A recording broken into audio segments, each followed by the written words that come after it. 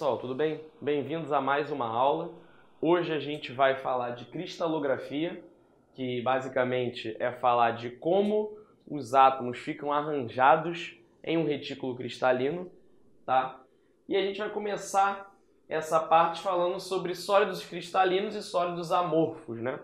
O sólido cristalino, ele é um sólido no qual você tem os átomos distribuídos de maneira periódica nas três dimensões. O que significa isso, né? Significa que um sólido cristalino, ele tem uma estrutura arrumadinha, né? Então, uma estrutura periódica, tá? Seria algo semelhante a isso aqui. Os átomos eles estão organizados, né?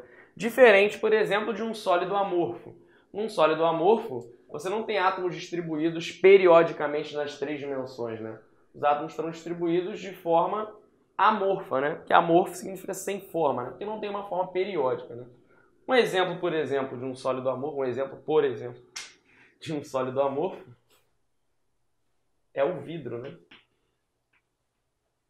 A estrutura do vidro é uma estrutura amorfa, né? Ele não tem forma. Agora, a gente vai estudar mais a parte de sólidos cristalinos, que é a parte mais interessante, né? É a parte que a gente vai ver cada um dos retículos que existem, né? E a gente vai ver as características deles. Existem 5 tipos de cristais, né, de sólidos cristalinos que a gente pode dividir, né? Isso aqui vai depender de como são as interações dentro do retículo cristalino, né? Pode ter cristais moleculares, covalentes, iônicos, metálicos. Isso tudo vai depender do tipo de ligação que é feita dentro do retículo, né? Como a gente vai falar de retículos falando principalmente de metais, tá? Então a gente vai falar de retículos metálicos. Como é que o átomo de ferro, como é que é o retículo dele? O átomo de algum outro metal, como é que é o retículo dele? Então a gente se preocupa mais com metálicos. Mas se você tiver um retículo formado de ligações moleculares, você tem cristais moleculares. Cristais covalentes, formados por ligações covalentes. Cristais iônicos, formados por compósitos iônicos. Tem também os cristais mixos, que é quando mistura duas dessas ou mais, né? Como é o exemplo do grafite, que ele tem no retículo dele ligações moleculares numa direção e covalente na direção perpendicular a essa, né? Por isso que, por exemplo, o grafite, como vocês já estudaram lá no início, ele conduz eletricidade em uma direção, né? Que é a direção que ele tem as ligações, ligações covalentes, né? E aí tem vários planos, cada um dos planos são ligados por ligações moleculares, intermoleculares, tá? Então a gente vai focar bastante nos cristais metálicos, né? São os cristais dos metais. E basicamente, para a gente começar a estudar sólido cristalino, a gente precisa falar um pouco o que são retículos de Bravais.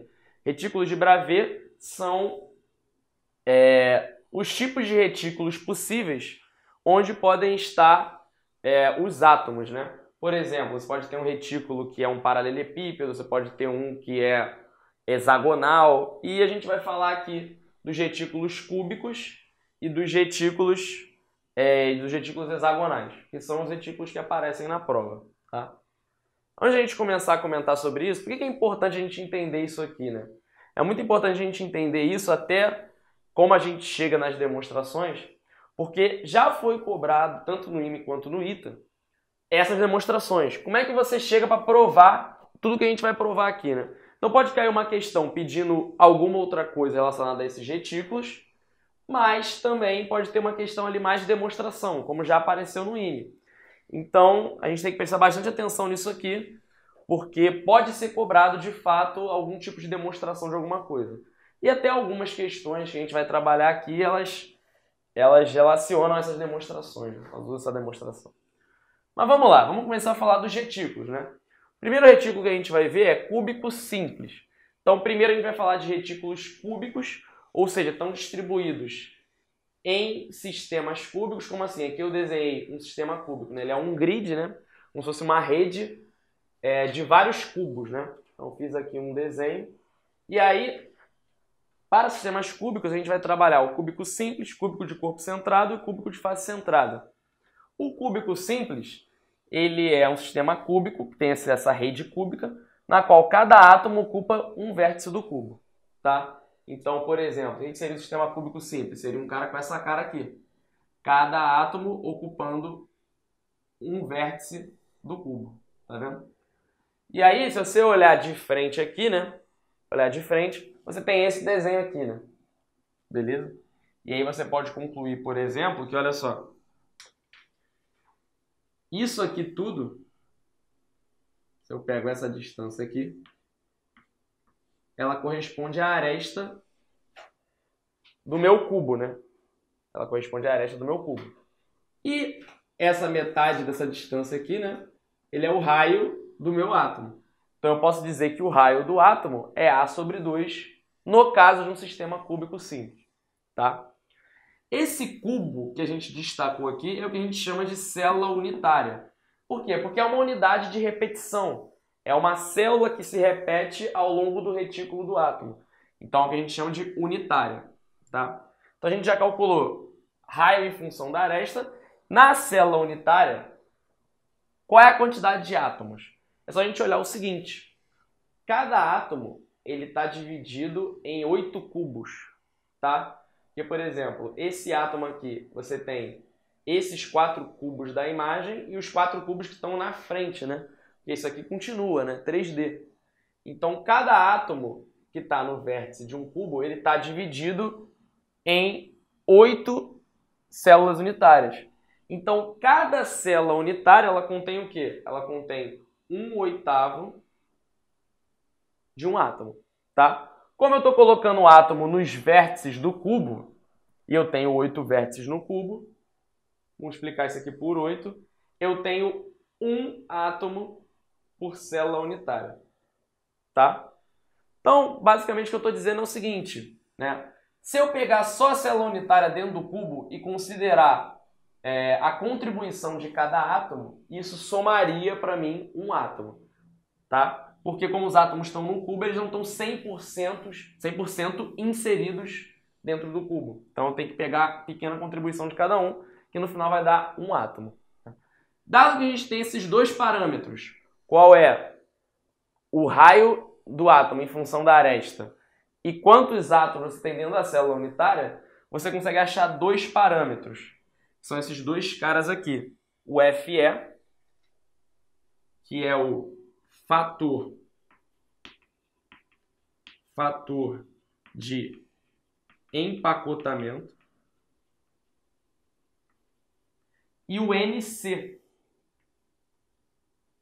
que é o número de coordenação. Por que esses caras são importantes? Esses caras são importantes porque o fator de empacotamento, ele me diz quantos % da minha célula unitária é composta por átomos. Por que isso é importante? Porque isso realmente diz o quão empacotado é o meu retículo, né? Porque quanto mais átomos eu consigo colocar dentro de uma célula unitária, quanto mais volume da célula unitária é ocupado por átomos, significa que mais empacotado, mais compacto é o meu retículo, né? Compacto no sentido de que o volume da célula ele é mais ocupado ou menos, né, por átomos. Isso é importante a gente entender isso, né? Então, basicamente, o fator de empacotamento ele é o volume dos átomos dentro da célula sobre o volume da célula em si. Faz sentido, né? O número de coordenação é quantos átomos são vizinhos a cada átomo, tá? Então, por exemplo, aqui, esse átomo, ele tem alguns vizinhos, ó. Esse é vizinho, esse é. O átomo que está aqui, ele também é um vizinho. O átomo que está aqui também é um vizinho. O átomo que vai estar na frente aqui, no 3D, também é um vizinho.